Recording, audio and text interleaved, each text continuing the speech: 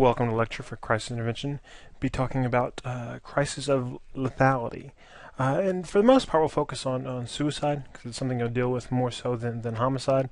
But a lot of things that we talk about in terms of assessment intervention for suicidal clients also apply to homicidal clients.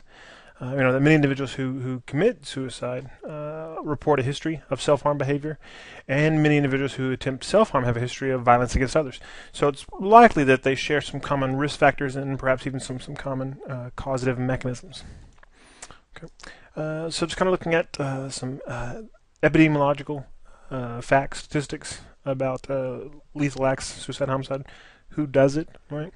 Well, could be anyone, regardless of what groups are more likely to or more often reported to attempt suicide or attempt to hurt others.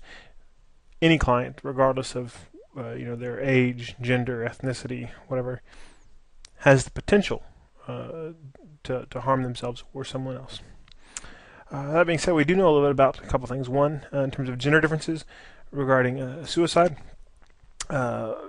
Women are more likely to attempt suicide than men, but men are more likely to complete suicide. Women 4 times as likely. Even though women make more attempts, men are more often successful, if you can consider that success, I guess. And that probably has to do with gender differences with regard to the method most often used in attempts. Women tend to more often use pills, and men tend to more often use firearms. Okay?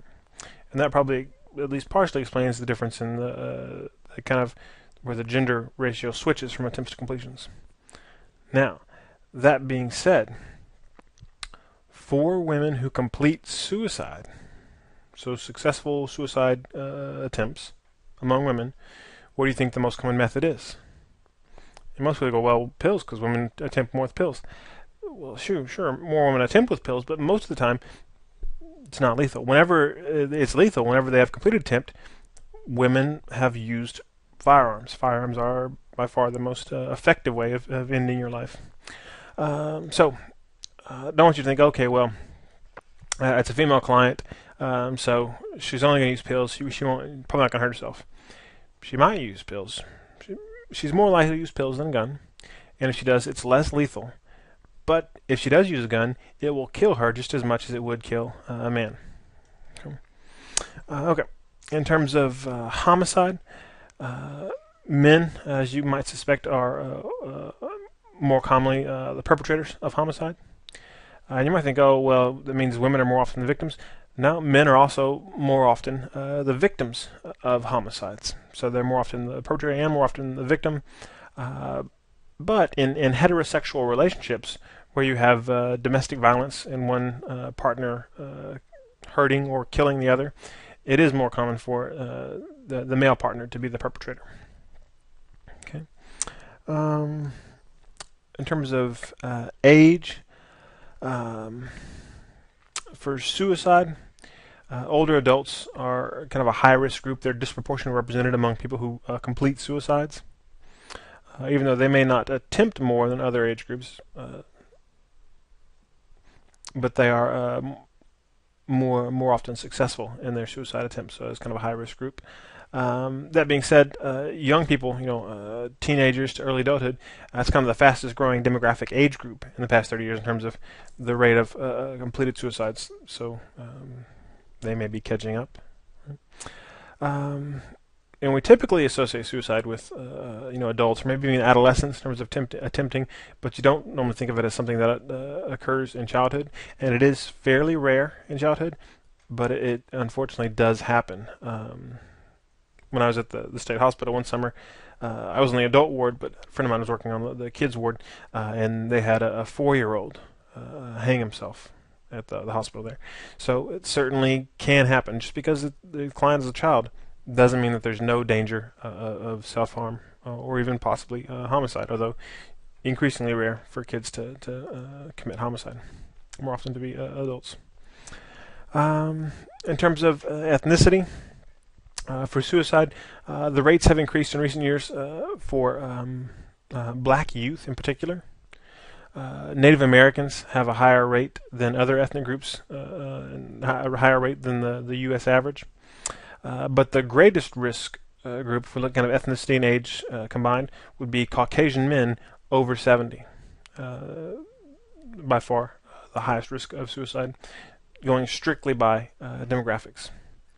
Looking at homicide, kind of like with gender, where men are more likely to be perpetrators and victims. Same thing for black individuals. They're disproportionately represented both as victims and perpetrators compared to other ethnic groups. Okay, so all this stuff, bearing all this stuff in mind, it's kind of it's important in a way, especially in terms of studying patterns among groups and predicting group behavior. Epidemiological data don't predict individual behavior very well at all. So just because you know, okay, this client is 72, male and Caucasian, if that's all you know about him, does that mean that he's going to kill himself? No. Now, if you have two people and they both experienced a significant loss, and one is a 72-year-old Caucasian male, and the other is a 32-year-old Latina female, who's at more risk? Based on the information, you can say, okay, well, they have the same experience, that's all I know. Okay, I would think that this guy is at a greater risk because of these other data.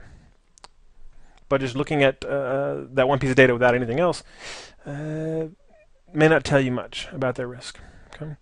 But before we discuss what risk factors to look for, so regardless of gender, age, ethnicity, all that stuff, there's certain things you want to assess to find, okay, is this person at risk?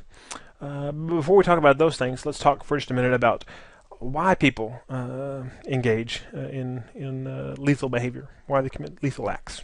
Right? Simplest answer, it's seen as a solution to some problem. Right?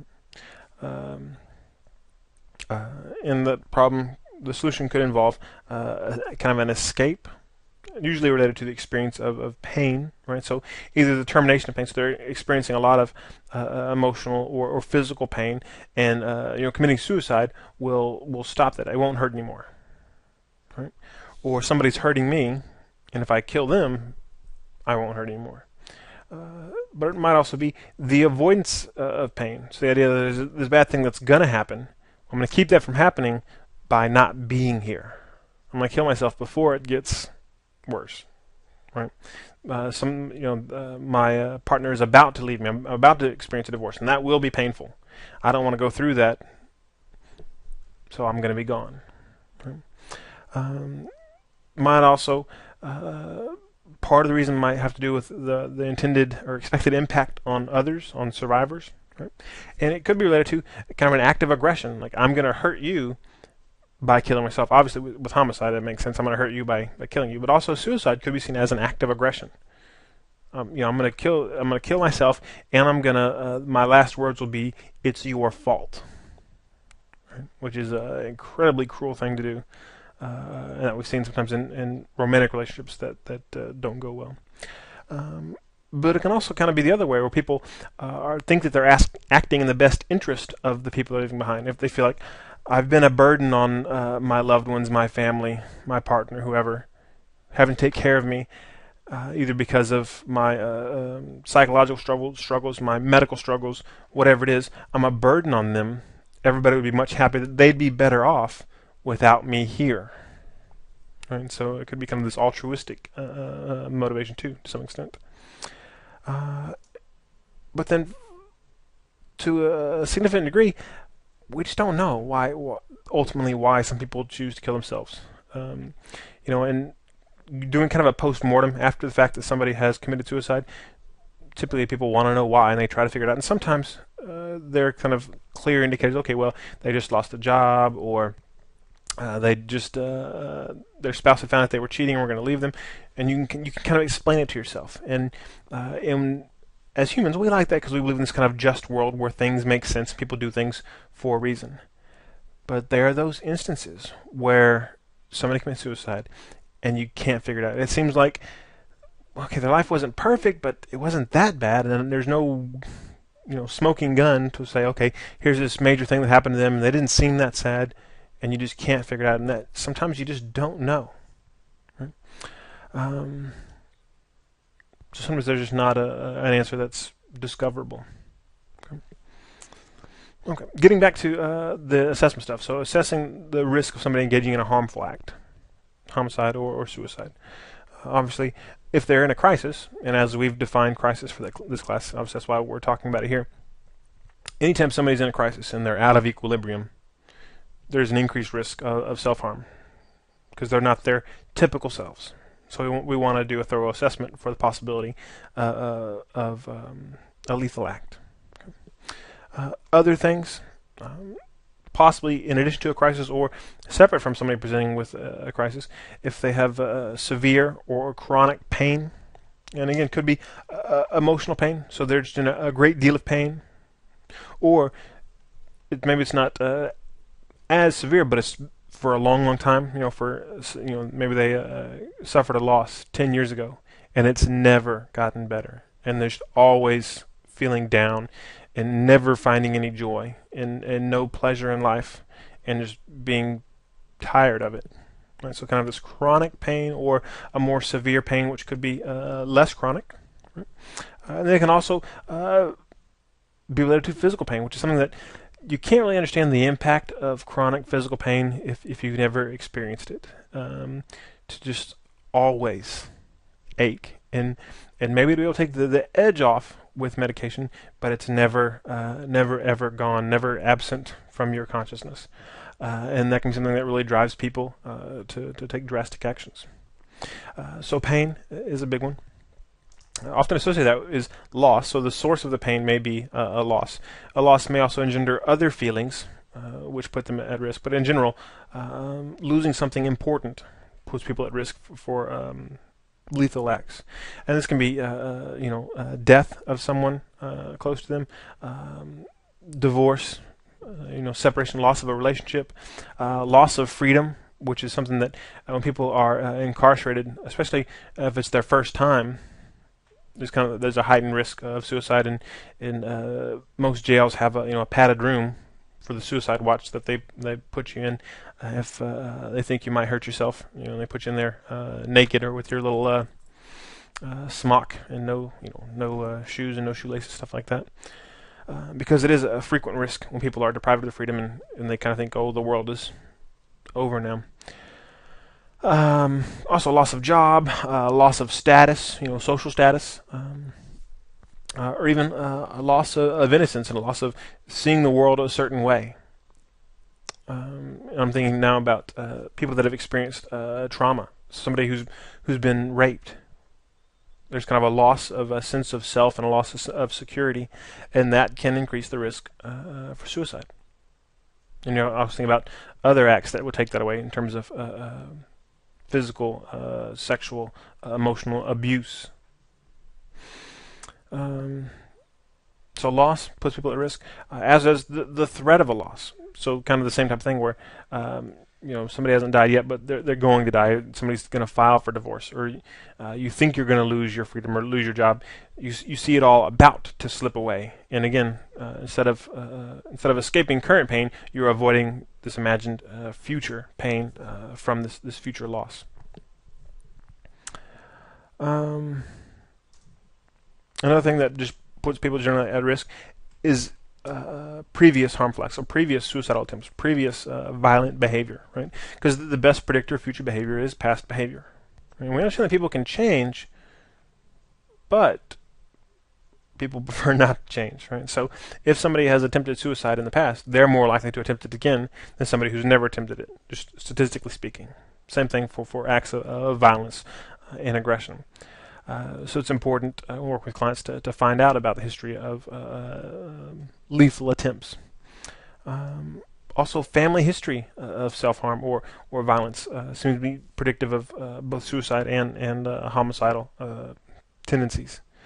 And probably a lot of reasons for that related to both environmental influences, genetic influences, and also just kind of learned behavior. Right? The presence of a mental disorder tends to increase the risk of harmful acts. more so some than others. For suicide, obviously your mood disorders, depression, and or bipolar disorder. But with bipolar disorder, it's rare for people to attempt suicide when manic. It's most often in the depressive phase, associated more with the depressive symptoms. Also schizophrenia, any other kind of psychotic disorder, borderline personality disorder, OCD, PTSD, eating disorders associated with increased risk of suicide and death. And then for homicide, schizophrenia, although schizophrenia more so than other disorders, but somebody who has schizophrenia is statistically more likely to hurt themselves than someone else. Right? The media kind of gives you this picture of dangerous psychotics, and they tend to be more dangerous to themselves than to others. But still, somebody diagnosed with schizophrenia will be more dangerous to others than somebody diagnosed with generalized anxiety disorder. But other kind of risk disorders for homicide would be obviously antisocial personality disorder, and then substance abuse. Because when people are intoxicated, they do dangerous, stupid things. And then obviously the kind of biggest flashing sign that somebody is at risk for harming themselves or someone else is if they tell you. So if they verbalize suicidal or homicidal ideation. Right? And even if they go back and say, oh, they were just joking, still, that's a red flag. Ask more questions, because that's not the type of thing most people will joke about. Right? It's something that the risks are high that we can't afford to assume that it's just a joke. Right? And they may even make kind of oblique references to what they're going to do. Like, oh, you don't have to worry about me much longer. What do you mean? Right? So they won't say, I'm thinking about killing myself, but they'll talk about themselves as if they won't be around much longer, or they don't project themselves into the future. Right? What are you going to do next year? That's not something that really concerns me. It doesn't matter. Okay, that's kind of a red flag. Why not? Can you not? Why can't you picture yourself in the future? Is it because you plan on killing yourself? Right? And most people will talk about it before they act. Not all, but most will. They typically are warning signs. Not always, but the majority of time there are. So, if somebody's at risk, you've determined based on some combination of these events or characteristics that they're at risk. Now you need to figure out, okay, how high is the risk? So, in terms of assessing the level of risk, obviously you want to assess their state of mind. And one of the big things is getting at their level of ambivalence. And ambivalence is pretty common with people who are experiencing suicidal ideation. And ambivalence isn't, I kind of want to kill myself. Right? That's what ambivalence is. Ambivalence is feeling strongly one way and feeling strongly the other way. It's not lukewarm. It's two extremes and going back and forth. So wanting very much to live, but also feeling very much like death sounds like a good option. And going back and forth between those things. And you want to find out how much ambivalence they have, if they still have ambivalence. If they are no longer ambivalent, if they've decided and their decision is, I'm going to kill myself, that's obviously a higher risk than if they have ambivalence. Obviously better to decide, I'm not going to kill myself, I would never do it. And then risk increases a little bit with ambivalence and then goes way up once they've decided that they are going to kill themselves. And one thing to kind of keep in mind is if you've got a client that's had depressed mood for some time, and maybe they've been ambivalent about suicide, and you notice an increase in mood, or maybe even a euphoria or a sense of peace about them, it's possible that their ambivalence is gone and they've made a decision to kill themselves, and kind of looking forward to the end of the pain is what makes them feel better. Sometimes we can get full and say, okay, well, treatment's working, we're getting better, I can relax my guard a little bit, and really it's time to really pay attention because, okay, has something changed? Have you made a decision? Right. So you need to find out where they're at in whether or not they've decided to do it, or if they're still torn. Right. When we talk about part of yourself wants to live, part of yourself doesn't want to live. So we want to find out how much ambivalence is there, and then hopefully, if they haven't decided themselves, they are ambivalent, then we want to ask, tell me about that part of yourself that wants to live. Why? Why does it want to live? What do you have to live for? Right? We do that for assessment purposes, but also for therapeutic purposes. We want them to focus on those reasons to live. But in terms of assessment purposes, if they can come up with reasons to live, that's less risk than if they can't. Or if their reasons to live are, well, it would really crush my boyfriend or my girlfriend. Right? Not husband or wife, but boyfriend or girlfriend. Okay, that's better than no reason, but that's not maybe a real solid reason. Because then, if they break up, like if you know, okay, well, this person's been depressed for a while, the relationship's kind of on the rocks, that person may leave. Okay, if that's the only reason for living, okay, that's a red flag, because I know it's a tenuous reason. It may go away, and their reason's gone, and now they're going to act and kill themselves. So I want to know if they can generate reasons, and I want to know how solid those reasons are, right? And usually the more solid ones that people will generate are, I can never do that to my kids, or my family, or my faith. I have religious reasons. It's something that I would, I've thought about it and it's tempting, but I could never do it because it's wrong, and there are kind of these dire consequences for me if I did that, which I don't want. Okay. So we want to find out if they have reasons and what those reasons are. In terms of state of mind, we also want to assess the degree to which they're experiencing hopelessness or helplessness. Right. So their beliefs about whether or not things might ever get better. Right. Which obviously, the more room there is for hope in there, like, well, things are really shitty now, but man, they've got to turn around sometime. They might turn around. Okay, good. If it's no, there's nothing indicating anything will ever change unless they change just to get worse. Okay, that's bad. And then also in terms of assessing their sense of efficacy, whether or not they can do anything about their pain, their emotional or physical pain, whatever they're struggling with, that they're wanting to get away from. Can they do anything about it, or are they helpless? And again, the more helpless they feel, the higher the risk. Okay. And then last, in terms of state of mind, is trying to get a sense of their perturbation, how perturbed they are, and really talking about here level of agitation, right, which needs to be considered in the context of the level of ambivalence.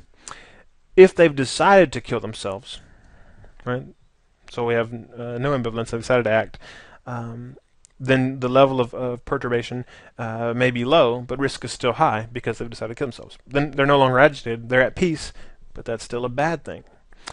Now, if they're ambivalent, okay, then risk is higher with higher perturbation than with lower perturbation. Because think about they're ambivalent, the more agitated they are, that agitation is going to be pushing them to make some decision. And hopefully it'll push them to make a decision towards treatment and life, but we don't know. It may be a coin flip. And if the more, if we can say, okay, they're being pushed and we don't know which way it's going to go, versus there's nothing pushing them, they're ambivalent and they don't feel pressed to make a decision, well, that's better than being pressed sometimes. So if the more agitated they are, if they're ambivalent, that increases the risk. So you want to kind of assess for that. And the other major thing you want to do is ask about, do you have a plan? How, when, where would you do it? Right? And if they have a plan, it's a higher risk. And then certain things about the plan increase the risk beyond whether or not there is a plan at all. Obviously, the more specific the plan is, the higher risk. I don't know, I'd find something. Okay, that's lower risk than I've got a gun under my bed at home, and I've got the bullets in a box in the closet. Okay, fairly specific plan. And then also the method. How lethal the method is. Is it something that's potentially reversible? So if they said, I've got a gun, that's higher risk than I've got some pills. Right? Or if they say, I've got a bunch of Tylenol, okay, well, hopefully they don't know it, but you're not going to kill yourself taking a bunch of Tylenol. You're going to have a very bad stomach ache, but pretty unlikely you'll kill yourself with just Tylenol. Right? Combine it with some other things, maybe. But pills less lethal than guns, right? And so slightly lower risk. But also trying to find out in terms of their plan, do they have some plan where people won't be able to stop them or save them? Right?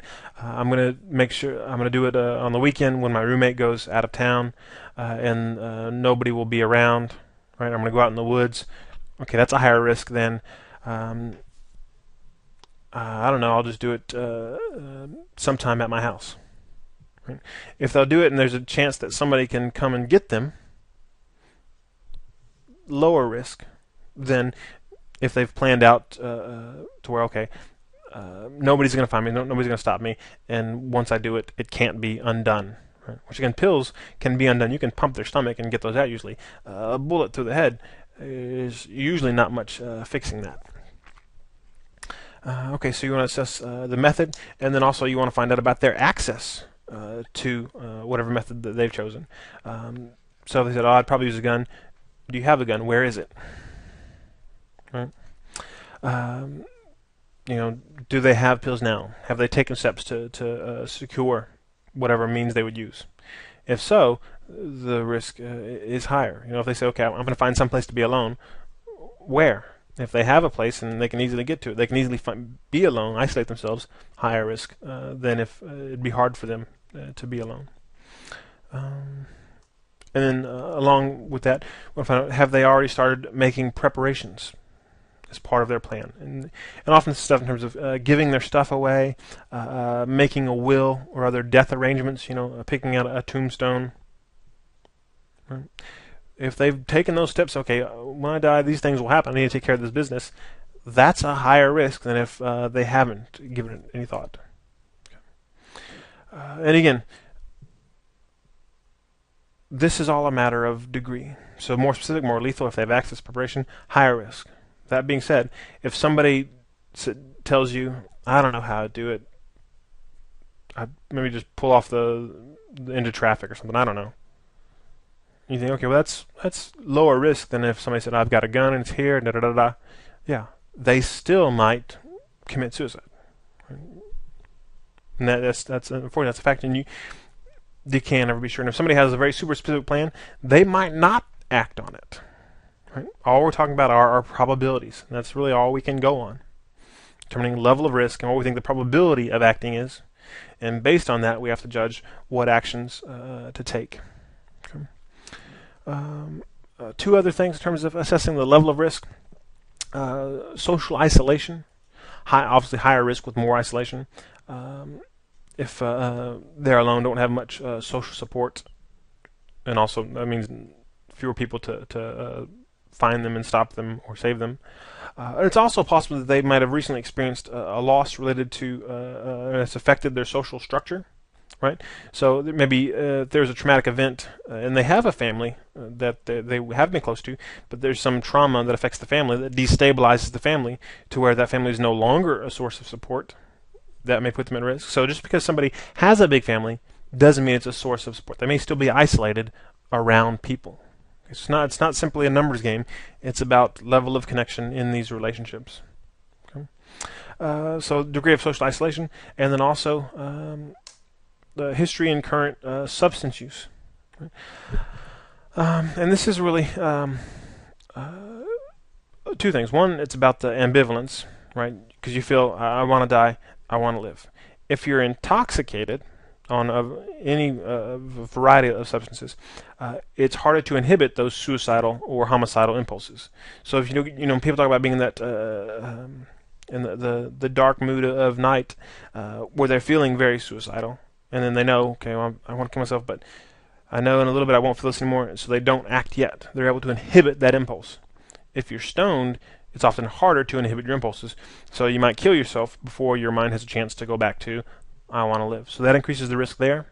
And the other thing is, many substances that are used recreationally have the potential to be lethal in terms of overdose. So it potentially presents a method of suicide as well. Okay, so you assess if there's a risk. Okay, I think there might be a risk for this person. If so, what level is the risk? And then depending on what you determine, you act. Right? And we don't act the same with everybody.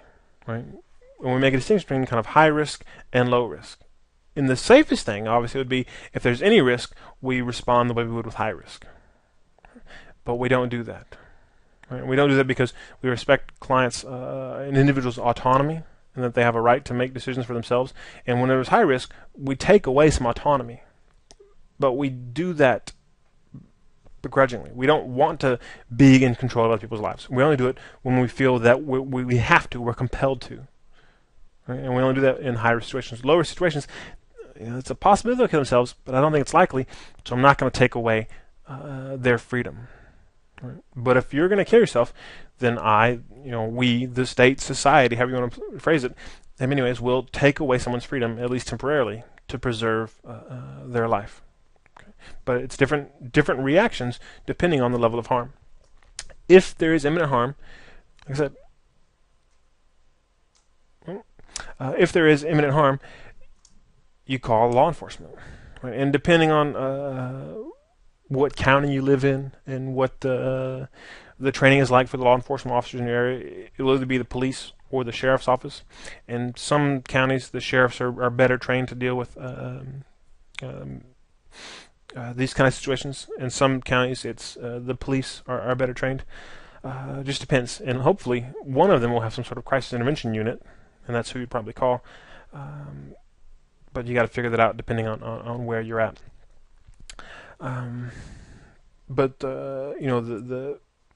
The point here in calling the officers, the cops, is safety. It's preservation of life, not punishment. It's like, okay, you've been bad. You've told me you're going to kill yourself, and that's illegal and immoral, and it's a sin, and now you must be punished by going to jail. It's not that. It's we've got to keep you safe, and there are people whose responsibility it is to protect the public, even if it is protecting them from themselves. So I'm going to call those people who are in charge of protection to help us. And just a reminder here that Tarasoff doesn't apply in Texas. So if we think about kind of a homicidal client, we call the law enforcement officers. We don't call the intended victim. Okay. In other states, if you're in California, call the victim, but not in Texas. With the client, you want to do a couple things. You want to explain the best you can the reason the call will be made, and kind of the message of safety, not punishment. I'm not mad at you. I don't want to hurt you. I'm committed to you being well and being healthy. And you can't be well or healthy if you're dead. And I feel I need some help to make sure you're not dead over the next couple of days, next couple of hours. And so these people need to be called, and they're going to take you to the hospital where you'll be evaluated, and then you'll be free to go once it's determined that it's safe for you to do so. Okay. And so, but you go through some spiel to get across the reason why the call needs to be made, and then you want to encourage them to actually make the call if possible. Right?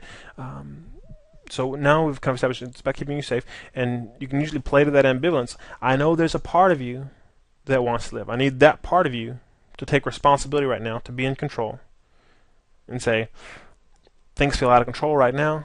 I need some help. I need to go to someplace safe. You need to call these people to help you get to that safe place. And if you do it yourself, it will go better for you than if I call. You'll be able to get back out more quickly, right? Probably. It will just go more smoothly, and also you'll still be in charge, and you'll have maintained your autonomy and all those things. So we want to maintain autonomy as much as possible, but we also don't leave them alone. So we don't say, I want you to call, I'm going to leave the room to go check on some things, I'll be right back. If you think that somebody's in imminent danger of hurting themselves, you don't take your eyes off of them. If you have to, you get somebody else to get eyes on them while you have to go consult or do whatever, but you do not leave them alone once you've determined imminent harm exists. And the last, you're going to follow up. So it's not okay. The cops come take them to the hospital. Whew, that was tough. Okay, I hope they turn out all right. You have to follow up, right? So you find out if they're going to be released or not, what the conditions are, and depending on your relationship with the client, you may need to go up to the hospital and see them there, right, and make contacts with the staff to coordinate a plan as part of their release. Okay.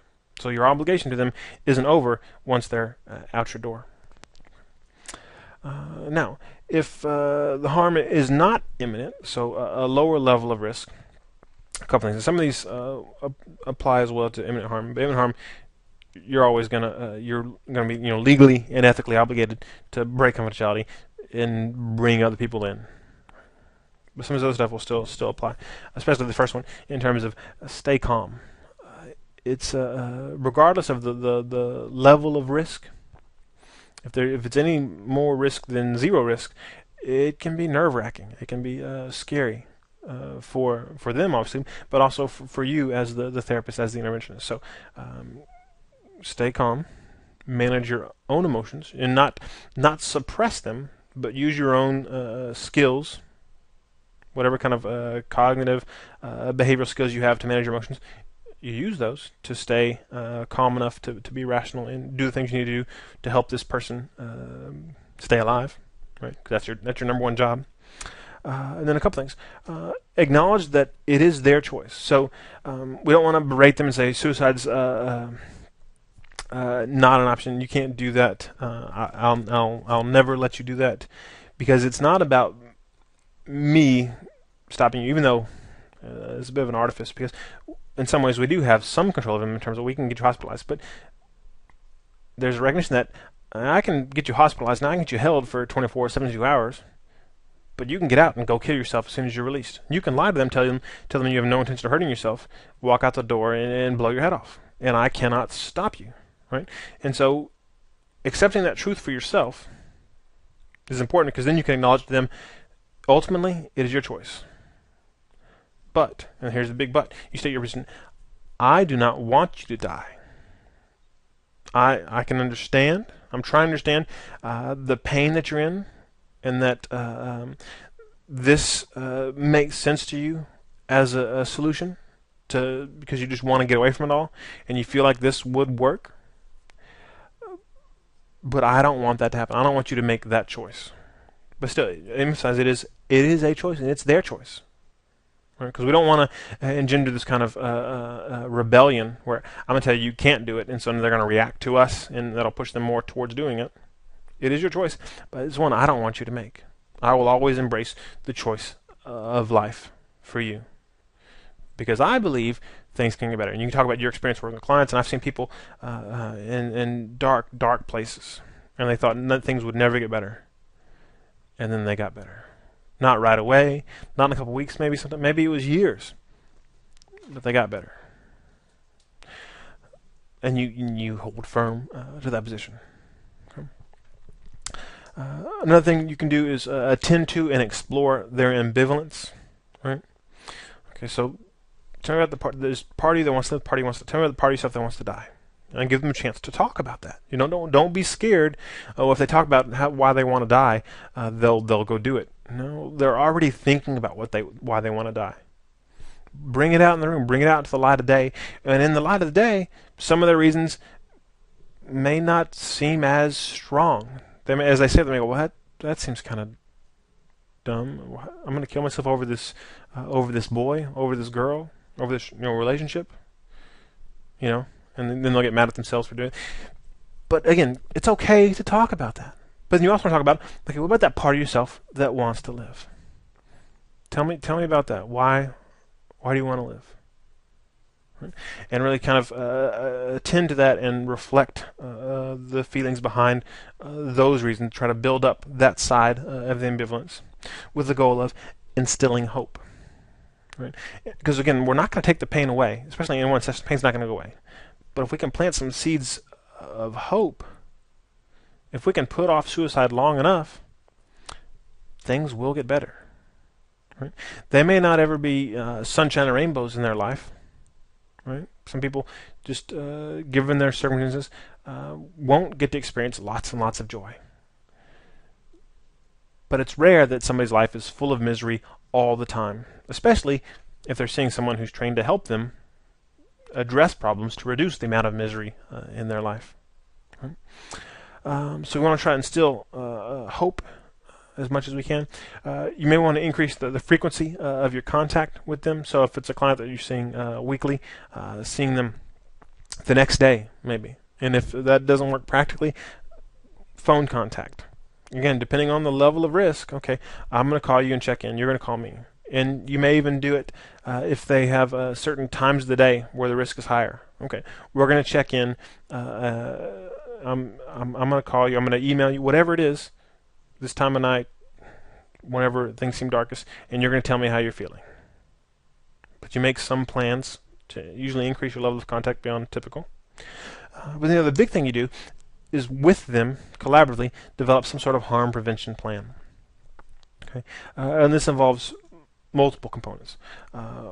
One, identifying the increased risk. So this is asking them, how will you know when the risk is getting higher? So right now, I don't think you're going to walk out the door and kill yourself.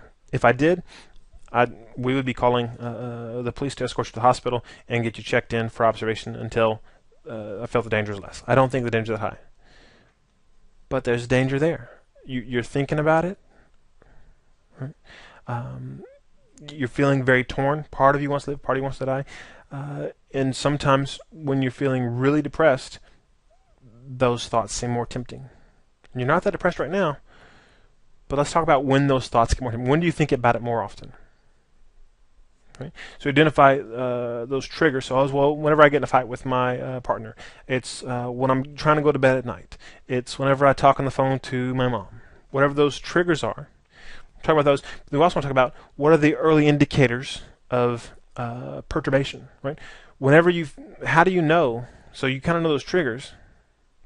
So if you miss that, or if you can't avoid a trigger, how do you know before you get really depressed what happens? Well, first, I don't know, my head starts hurting and I get really anxious. Okay, pay attention to that.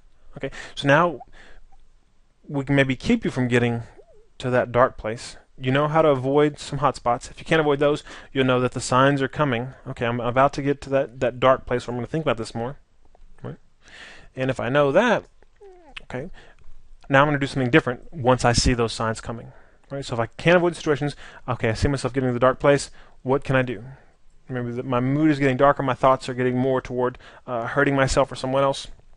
What are some things I can do? And here's where you talk about whatever skills they have, or you can teach them in terms of changing or managing their mood and thoughts. Okay? And whatever kind of techniques fit in with your other therapeutic work in terms of like CBT stuff, Gestalt stuff, emotion focus stuff, use it here. Right? Whatever those techniques are, slide them right in. And then we also want to, part of the plan will be beefing up their social support, because we don't want it to be just you and me. You get suicidal, you call me, and I'm your lifeline, and that's it. Nobody else is around to help, and you're totally isolated except for me and you. That's bad for them, and it's bad for you. That's a heavy weight to bear, and you don't want to do that to them or to yourself. So you want to find out, okay, when you're feeling low, when you think about hurting yourself, hurting someone else, who are you going to call? If they're not home, who are you going to call? If they're not home, who are you going to call? Right? So you go down and come to this chain. Okay, I'll call them. They're usually home, and if they're not, I'll call them. At least 3 options of who they could call. And then beyond that, you can usually give them some hotline number, right? Some sort of crisis intervention hotline. Okay, and if nobody's home, you can call this 1-800 number, and you'll have somebody to talk to. Right? And then also you want to obviously tell them how they can get in contact with you. And that depends usually on the setting you're working in, whether or not you're going to be on call, or if not you, if someone else in your office. If you share the carrying the pager, it's somebody else. It's, each person takes a week to be on call. Okay, you're going to call this page number, and you'll be talking to one of my colleagues. Will call you back right away, or you may not have anything like that. And if not, you tell them, we don't offer emergency services at this facility. So if you have an emergency and it's after office hours, you need to call 911. Right?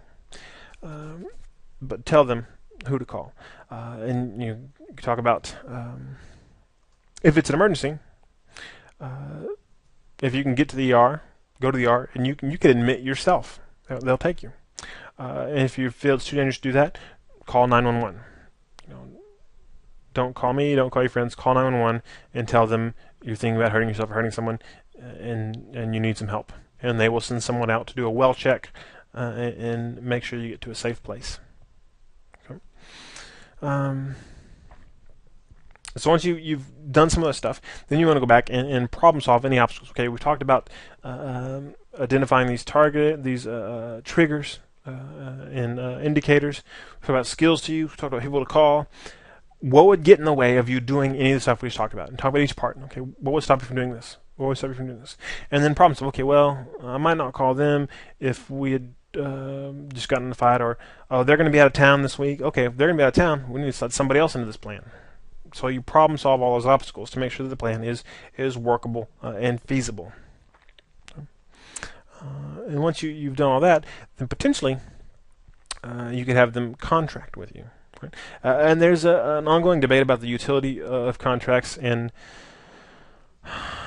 also the implications, the legal implications of contracts, no harm contracts, life contracts, however you want to phrase it. With some people saying, well, if you felt that there was a severe enough threat that you needed a contract, why didn't you have them admitted to hospital? Right? But if you take care of your documentation elsewhere, I don't think that's really a problem. And I think contracts are most effective when you incorporate them with your harm prevention plan. So you have this plan and you write it all down, copy for yourself, copy for them, and you have them sign it. Okay, so we both agree that this is what you're going to do when you feel this way. And if you want to add in there a line, and you agree not to hurt yourself or anybody else without following the plan directly, and if nothing in the plan works, you will contact me directly. You will see me at our next session before deciding to act. Right? Which obviously they can't be bound by the contract, but there does seem to be for some people, some influence of that contract.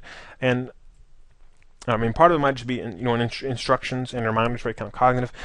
But to borrow a bit from psychodynamic thought, that piece of paper, in addition to kind of being instructional, it might also represent what they call a transitional object, something that represents the caring and safety of your therapeutic relationship. It's a reminder of those safe feelings they have when they're talking with you, assuming you've established that already in your one-on-one situations.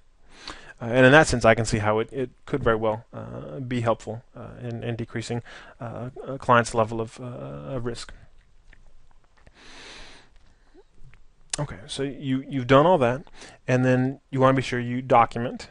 So you write down everything, right? You write down what you did to determine the level of risk. So, okay, they said this. That raised the possibility that there was a risk of homicide or suicidal intentions. I asked this, this, and this. They said this, this, and this. Based on this, so I asked all these questions. Based on the data provided, I determined they are at minimal risk, moderate risk, significant risk. Right? And then based on this level of risk, I did this. We talked about this plan, see the attached document in the chart, or had them call 911 and they raced out of the office, whatever it was. You talk about exactly what happened. Okay? Now, in terms of, obviously, we want the client to live. That's the ultimate goal. But in terms of legal liability, which is another thing that it's okay to think about, you might be wrong in determining risk, but you're less likely to get sued for that than for some other things. We're not expected to be perfect. We're expected to be reasonably good as most people in our field, but not perfect, not omniscient, and we can't be omniscient. We can't always predict with 100% accuracy who's going to hurt themselves or someone else. But where you could really get in trouble is if in your documentation it's not clear that you did a thorough assessment. So you say, well, I did a thorough assessment. I just didn't write it all down, but yeah, I asked those questions. Well, how do we know that you asked those questions? You need to write down that you asked those questions, that you asked about their plan and previous history and all that stuff. Right? And then the other thing you get in trouble with is if the actions you took weren't commensurate with the level of risk you identified. So if you said risk was imminent, but they signed a no-harm contract and promised they wouldn't hurt themselves. No, that's not good. If the risk is imminent, they don't get to leave the room no matter what they signed. They're going to the hospital to be observed until the risk is no longer imminent. Imminent means they're going to kill themselves very soon. Right? So pay attention to what level of risk you say there is, and that the actions you take are consistent with the level of risk that you determined. Okay. And then the last thing, in terms of what you need to do for both imminent harm and when it's not imminent, seek consultation and supervision. Right? This is stressful stuff to deal with. You don't have to be the Lone Ranger here, and sometimes therapists will think, well, this is just part of the job, so I should be able to handle it. No problems. This is what I do. This is what we're expected to do. No, it's not. It is part of the job, and it's something that you will inevitably face at least once, probably multiple times if you have a long career. That doesn't mean that it's something that's just ho-hum, everyday, normal. Shake it off. It's stressful. It's scary. So talk to people afterward. Debrief. Otherwise, it'll end up causing psychological harm to you, which is bad for you, but then ultimately it's bad for your other clients too, because it'll make you a less effective therapist. Okay. So I just covered some very kind of concrete things to do when intervening in terms of you've determined a risk of harm. But your text also presents a more kind of an abstract model for framing interventions that I think bears discussing. I thought it was interesting. That's the 3 I's, right? That the sense that the pain, the discomfort, whatever, it increases the risk of suicide because it's thought of as being inescapable, intolerable, and interminable. Right? And that your intervention should work to addressing one or more of these. And if we can change people's viewpoints on how they see these things, we're going to decrease the risk of them acting. So in terms of the inescapability, I just can't do anything about it. This is where we want to take steps to increase their sense of self-efficacy. And so, it feels like it'll never end.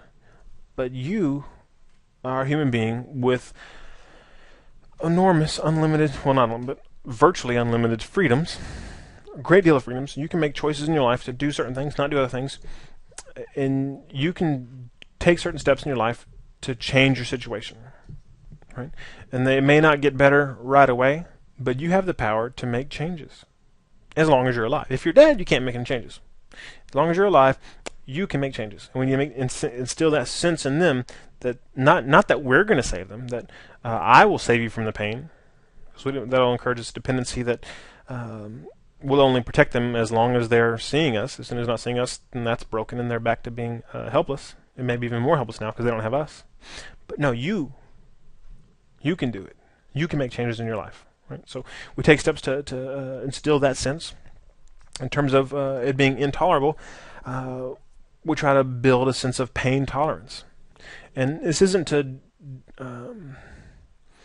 negate the significance of their pain. Oh, your pain's not a big deal. But it's to contextualize the pain.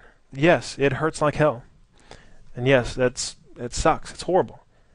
But that is part of life. And you can endure.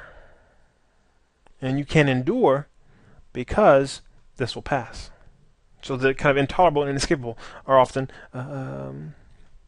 related. Right? And you can work on other things too to help them build up their sense of pain tolerance. And depending on what kind of skills you like to use, if you're using more kind of cognitive reframes in terms of thinking differently about what's causing the pain, or some more kind of emotion-focused work to bring the emotions out into the light of day, where they can be talked about, and then that sometimes makes them less painful and helps people learn strategies to deal with that pain better. And then the last, the interminable, that it will never end, the pain will never end. This is again where we go back to instilling hope. Right? Working on that part of themselves that wants to live, and talk about why. How might things get better? If you survive this, how strong would you be? Given how hard this is, how much it hurts. If you make it through this, wow, What else could you make it through? How much could you be a positive influence on people's lives? How tough, how strong are you going to be when you survive this? Right? So focusing on those positive things. Okay, so the last thing I just want to touch briefly on some of the myths about suicide, and we've already addressed some of them, at least tangentially. One of the big ones is people sometimes think, oh well, if I don't want to ask them about it. If they haven't mentioned it directly, I'm not going to ask, because if I might give them ideas, or if they're thinking about it, but they're not really that strongly thinking about it.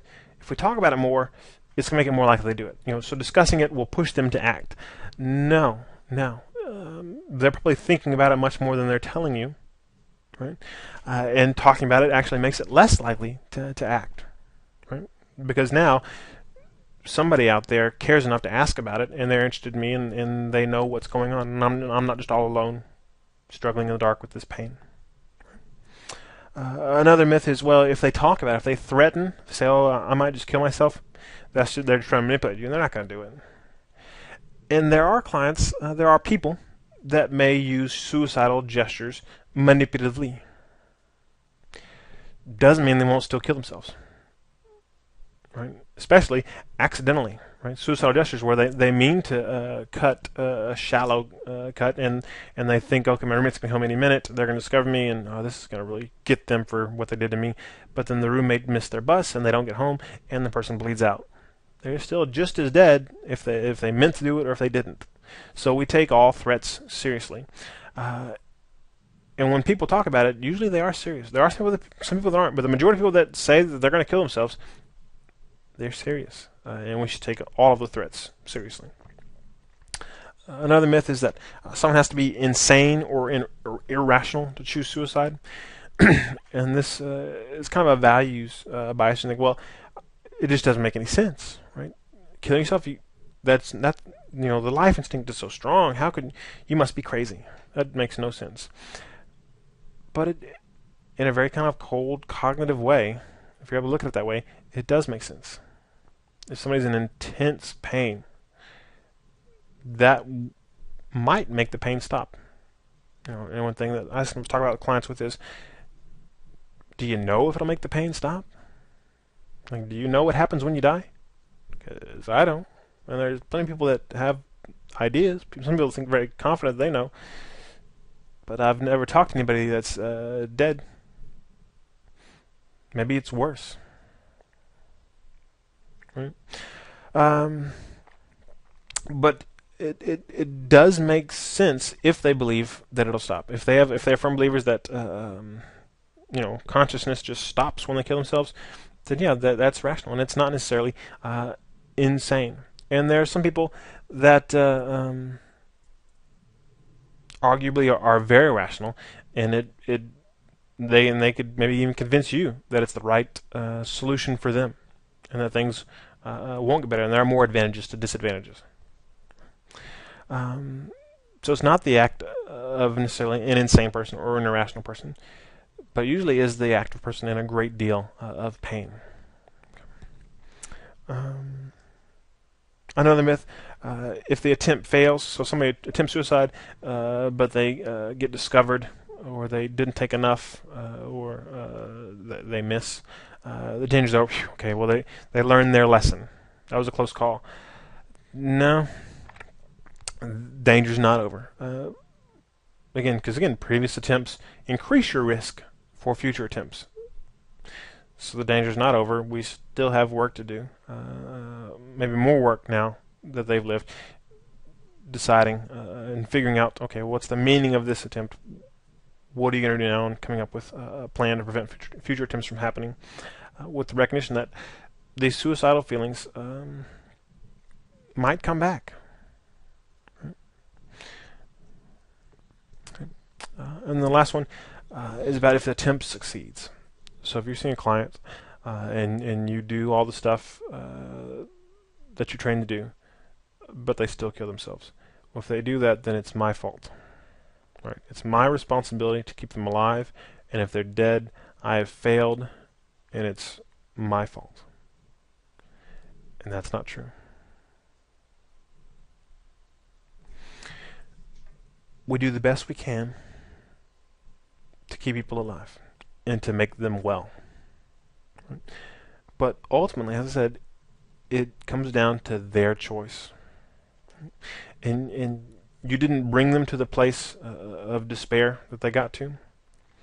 And sometimes we're not able to bring them back from that brink. We try everything we can, but sometimes it's just not enough.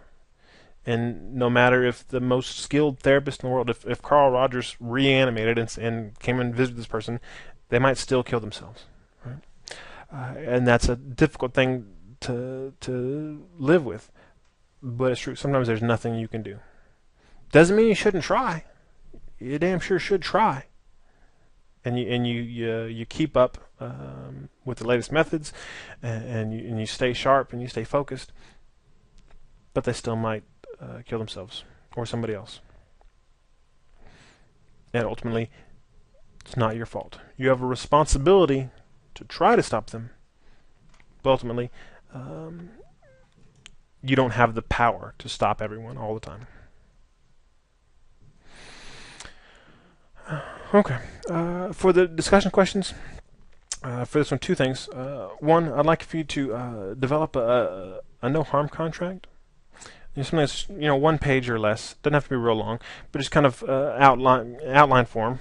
What kind of things would you have the client agree to do? Right. So obviously, client's name on there, and then what's going to be in that contract? What are the pieces? And doesn't have to be in paragraph format. It can be if you want, or it can just be kind of if you were to create a form, what would it look like? Okay. So develop your own no harm contract. Kind of identify the pieces that would be in that. And the other thing, not relevant to crisis intervention per se, but does relate to suicide in general, thinking about assisting suicide, not assisted suicide, which is something that physicians have to worry about more than therapists. But this idea of is suicide always wrong, always the wrong choice? So assisting suicide, not helping somebody with the act, but imagine if you had a client, for example, that had a chronic terminal illness, and they can walk around now, and will continue walking around for another couple of months probably, but then they know that they have tumors throughout their brain, and no chance that radiation will stop the growth. It's inoperable because of the number of tumors, and eventually they will start losing brain function, and and it's all over the brain, so all different areas, and they don't know what'll go first, if it'll be their ability to control their bladder, their speech, memory, personality, but soon they will start seeing changes, and then they'll be dead within a year.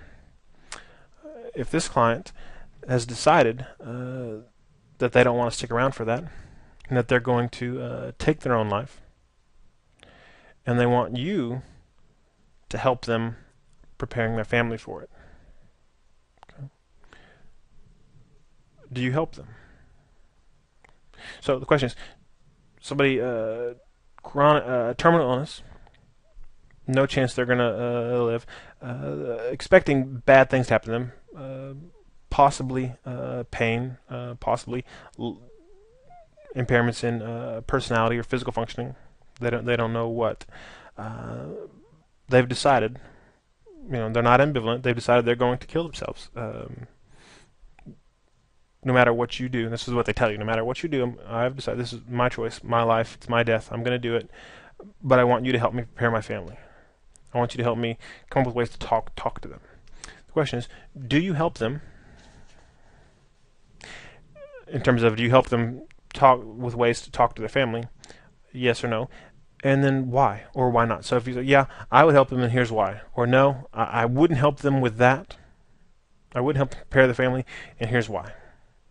Okay, so those are your two questions.